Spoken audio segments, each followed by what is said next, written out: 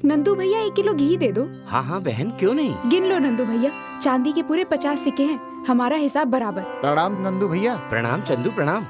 कहो आज इस गरीब को कैसे याद कर लिया। आप कहें कि गरीब नंदू भैया, गरीब तो मैं हो गया हूँ। देख रहा हूँ तुम्हारा काम धंधा तो अच्छे से चल रहा है। ईश्वर की दया और कृपा है चंदू, लेकिन तुम्हारा ये हाल कैसे हो गया। क्या बताऊँ नंदू भैया, मेरी हालत तो फटे हुए दूध की तरह हो गई है। घी की दुकान भी बिक गई है, न घर में गाय है, न 2 जून रोटी का उपाय है। अरे रे, ये तो बहुत बुरा हुआ। खैर अब ये बताओ, मैं तुम्हारी क्या मदद कर सकता हूँ। मैं फिर से शुद्ध घी का कारोबार शुरू करना चाहता हूँ। तुम कर्ज के तौर पर कुछ रकम दे दो तो शायद मेरा कारोबार संभल जाए। हाँ हाँ चंदू, क्यों नहीं, तुम तो व्यापारी भाई हो, तुम्हारी सहायता मेरा कर्तव्य है। बताओ कितने पैसों में तुम्हारा काम हो जाएगा।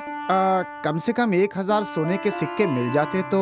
1000 सोने के सिक्के? इतनी बड़ी रकम इस समय नहीं है मेरे पास, शायद 700 होंगे। तो 700 ही दे दो। नहीं नहीं, तुम निराश मत हो चंदू, यहीं रुको, मैं कुछ प्रबंध करता हूँ।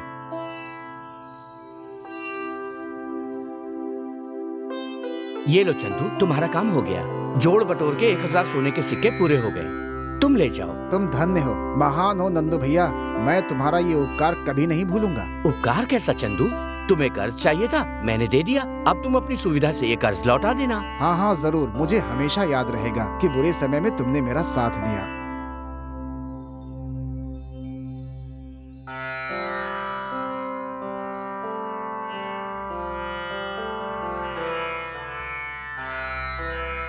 चलो हटो, आ जाते हैं सुबह सुबह भीख मांगने भिखारी कहीं के। मैं कोई भिखारी नहीं, नंदू हूँ, नंदू। नंदू?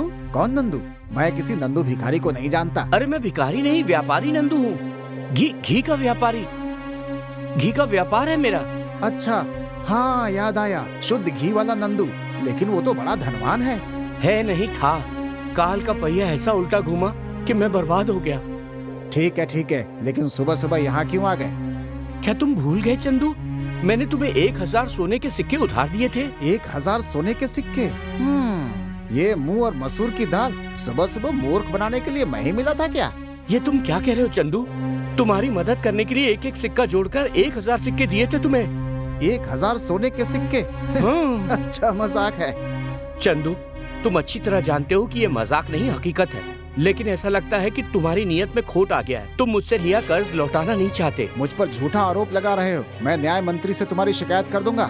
जरूर करो, लेकिन अब मैं भी चुप नहीं बैठूंगा।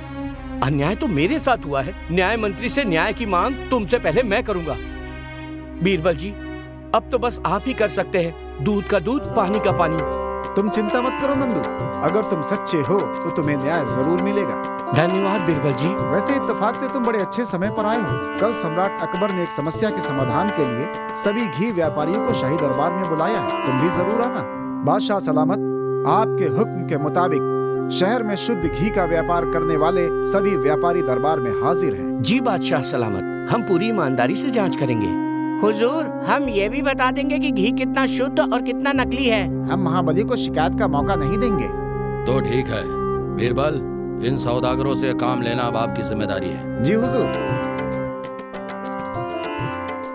सभी बर्तनों में शुद्ध घी तो भर गया, अब हर बर्तन में सोने के 5-5 सिक्के डाल देता हूँ। सौदागरों को आदेश दो कि यहाँ आकर हर कोई एक एक बर्तन ले जाए। शुद्ध घी में सोने के सिक्के, ये कैसा चमत्कार है। ये तो पूरे 5 सोने के सिक्के हैं। लगता है लक्ष्मी माँ मुझसे प्रसन्न है, काम से पहले ही इनाम दे दिया। शुद्ध घी में सोने के सिक्के, ये कैसे हो सकता है। लगता है इस घी में सचमुच मिलावट की गई है और घी बेचने वाला सौदागर हमें रिश्वत देकर बादशाह को धोखा देना चाहता है। सम्राट अकबर की जय हो।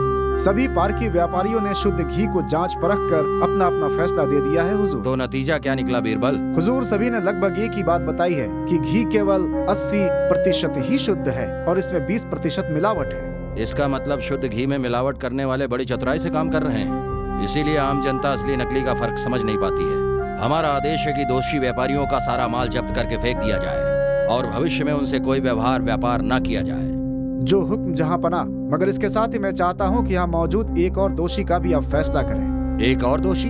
वो कौन है? नंदू व्यापारी। इसका क्या दोष है? इसका दोष ये है हुजूर कि बड़ा ही भला और भोला इंसान है। दूसरों के दुख दर्द में काम आता है, हर किसी पर भरोसा कर लेता है। ये तो कोई दोष नहीं, ये तो गुण है, अच्छाई है। अच्छाई और भलाई की इसने भारी कीमत चुकाई है हुजूर। इसने 1000 सोने के सिक्के एक बेईमान और धोखेबाज इंसान को कर्ज दिए थे, मगर अब वो एहसान फरामोश कर्जदार इसका कर्ज चुकाना नहीं चाहता। कौन है वो धोखेबाज?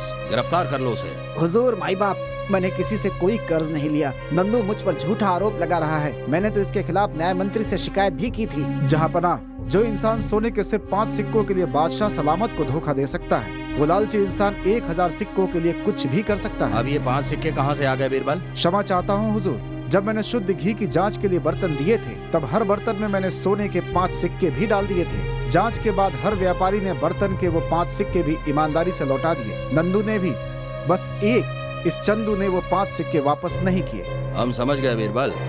बेशक इस लालची धोखेबाज को सजा मिलनी चाहिए। हमारा आदेश है कि अब ये नंदू को 2000 सिक्के वापस करे।